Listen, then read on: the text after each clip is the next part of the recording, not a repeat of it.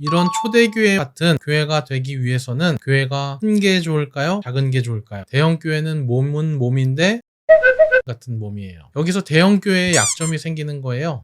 네, 여러분 안녕하세요. 박성호 전사입니다. 네, 사실 이번 영상은 책갈피 영상을 찍으려고 했는데요. 책을 읽고 스크립트를 쓰다 보니까 이거는 내용이 균형잡기 영상이 더 어울릴 것 같아서 균형잡기 영상으로 인사드립니다. 먼저 책 한 권을 소개하겠습니다. 이현주 목사님이 쓰신 그리스도의 몸 교회라는 책입니다. 제목에서 알 수 있듯이 교회에 대한 내용이고요. 할아버지가 3명의 손주들에게 교회가 무엇인지 설명해주는 대화 형식의 책입니다.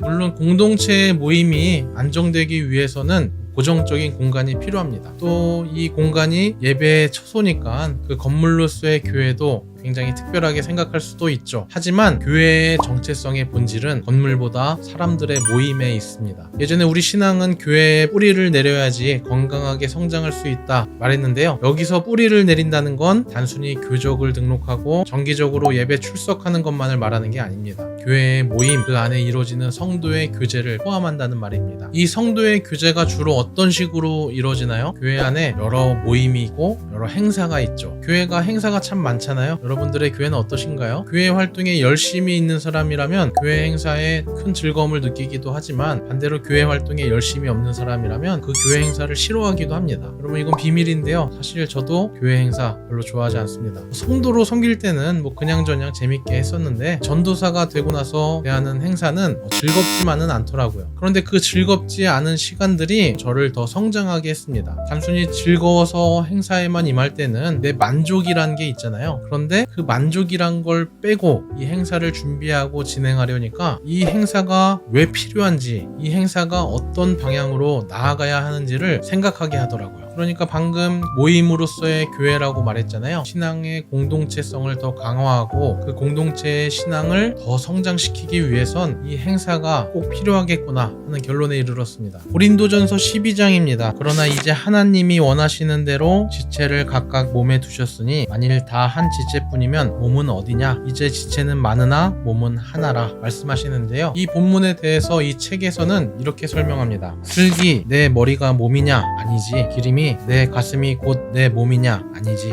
소리 내 다리가 몸이냐? 그것도 아니지. 이렇게 우리의 몸은 몸 아닌 것들이 함께 모여서 만들어진 것이란다. 몸 아닌 것 더하기, 몸 아닌 것 더하기, 몸 아닌 것 더하기. 이렇게 계속해서 몸 아닌 것이 더해져 몸이 된다는 말이지. 모이면 교회요, 분해해 놓으면 교회가 아니야. 그래서 예수님은 너희 중에 두 사람이 땅에서 합심하여 무엇이든지 구하면 하늘에 계신 내 아버지께서 그들을 위하여 이루게 하시리라 하고 말씀하시고 이어서 두세 사람이 내 이름으로 모인 곳에는 나도 그들 중에 있느니라 하셨던 거야. 그 모임이 바로 교회란다. 뿔뿔이 흩어져서는 몸을 이룰 수 없고 따라서 교회도 있을 수 없는 거야. 흔히 몸이 어디냐 하고 물으면 우리는 일단 몸통을 생각합니다. 그러면 몸통은 완전히 독립된 몸이냐 생각하면 또 그것도 아니죠. 가슴이 있고 배가 있고 옆구리가 있고 등이 있고 또 여러 가지 장기가 있고 그러면 내 팔은 몸이 아닌가요? 또 아니죠. 내 팔도 몸이고 내 다리도 몸이죠. 이쯤 되면 몸이 어디냐 하는 질문에 쉽게 답을 할 수가 없습니다. 이 부분을 제가 읽으면서 굉장히 인상적인 표현이 있었는데요. 몸 아닌 것들이 모여서 몸을 만든다. 그리고 이어서 나오기를 어떤 몸도 자기 자신만을 위해 존재하는 몸은 없다고 말합니다. 이 말을 천천히 잘 생각해 봐야 합니다. 우리 신체 중에 순전히 자기 자신만을 위해서 일하는 신체가 있나요? 혹시 예외가 있지 않을까? 제가 생각을 계속 해봤는데 제 생각 안에서는 없더라고요. 내 입이 음식을 먹는 것, 입이 혼자 즐겁기 위해서 먹는 건 아니죠. 또 내 소화기관이 소화를 열심히 하는 것, 내 눈이 앞을 보는 것, 근육들이 필요에 따라서 힘을 내는 것, 자세히 뜯어보면 자기 자신만을 위해서 일하는 신체 기관은 없습니다. 우리의 몸은 서로 섬기며 상생하는 것이 기본 기능이고 기본 세팅입니다. 우리 몸 중에 혼자 살겠다고 주변 신체를 망가뜨리는 것들은 염증이나 암덩어리들이죠. 또 어느 신체 기관 하나가 망가지면 온몸이 고생을 하고 병이 생깁니다. 건강한 몸은 서로가 서로를 섬기고 돕고 각자의 역할에 최선을 다하는 신체가 건강한 신체입니다. 그러면 건강한 교회는 어떻게 표현할 수 있을까요?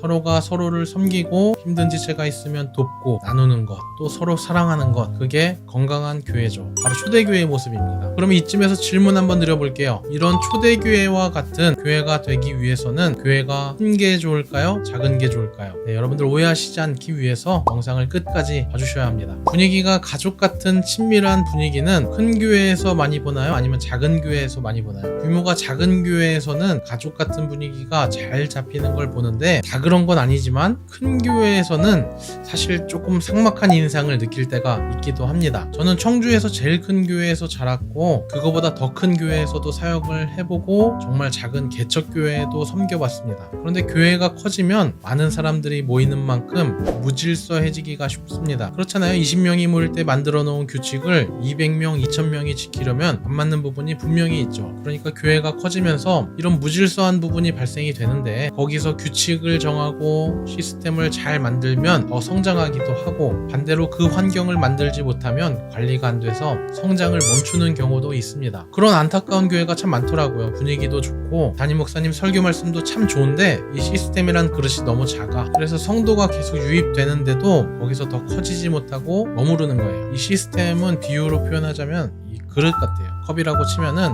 성도 유입이 계속 되는데도 사이즈가 한정돼 있으니까 계속 넘치고 같은 사이즈만 계속 유지되는 교회들이 생각보다 많더라고요. 그렇다면은 여기서 말하는 이 시스템을 잘 만들려면 어떻게 해야 하는지 아시나요? 그건 바로 교회를 잘 자르고 분류해야 합니다. 작은 교회는 남선교회, 여선교회가 끝인데 교회가 커지면 거기서 또 연령으로 자르고 분류하고 또 지역으로 자르고 분류하죠. 거기서 끝이 아닙니다. 교육부, 예배부, 찬양부, 교무부, 선교부 등등 여러 주무부서가 나뉘고 각자 역할이 분리가 됩니다. 이쯤 되는 교회에서는 꼭 나오는 말이 있죠. 이거 다른 부서 일인데 왜 우리가 하냐? 이런 말들이 꼭 나옵니다. 작은 교회는 행사하면 다 같이 모여서 너나 구분 없이 일합니다. 그런데도 즐겁게 하죠. 그런데 큰 교회에서 그렇게 일하면 난리가 납니다. 거기서 상처받는 사람들이 나오고 마음 상할 일들이 생기죠. 교회가 커지는데 이 구조가 제대로 잡히지 않는 교회에 나타나는 가장 큰 특징이 있는데요. 그건 일하는 사람만 일하게 되는 거예요. 많이 보셨죠? 분명 교회가 커짐에 따라 담임 목사님은 거시적으로 일을 추진하시는데 이 일을 제대로 굴릴 시스템이 없으니까 에너지 남는 사람한테 일이 쏠리는 거예요. 근데 그러면 큰 교회라고 무조건 좋냐? 그렇지 않죠. 큰 교회는 또 부서 기관 경계가 너무 분명합니다. 옆에 부서에서 조금 도와줄 수도 있는 건데 협조 공문을 보내야 돼. 작은 교회에서는 잠깐 업무 때문에 교회 차량 잠깐 이용할 수도 있는데 큰 교회에서는 차량 사용 신청서 공문을 행정실에 제출하고 또 일지도 작성을 해야 되고 복잡합니다. 근데 그렇게 안 하면 관리가 안 돼요. 그러니까 작은 교회에서 사역하면 진짜 교회에서 하는 모든 일을 다 합니다. 심지어 화분에 꽃 심고 벽에 막 새똥 닦는 일까지 다 하는데 큰 교회 사역하면 내 일이 정해져 있어요. 내가 맡은 부서의 사역, 처음 배정된 고정 업무, 프로젝트 업무. 그러니까 작은 교회에서 사역하다가 큰 교회 가면 얼마나 편한지 몰라요. 하지만 업무가 고정이 되니까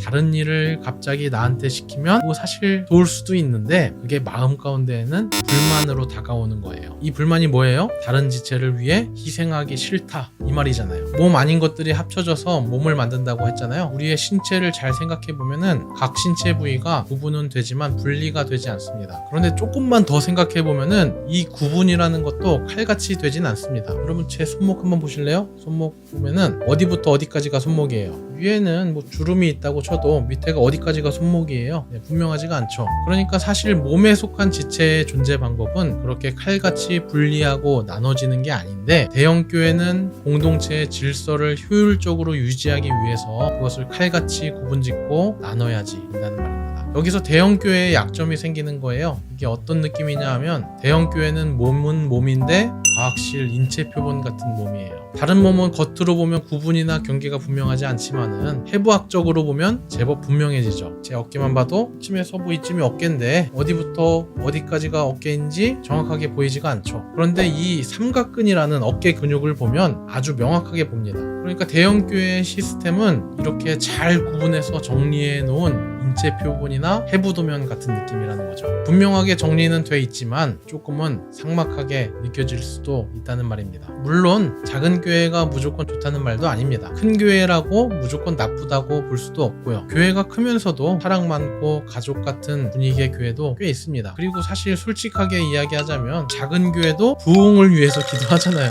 그게 좋은 거면 왜 부흥을 위해서 기도해요?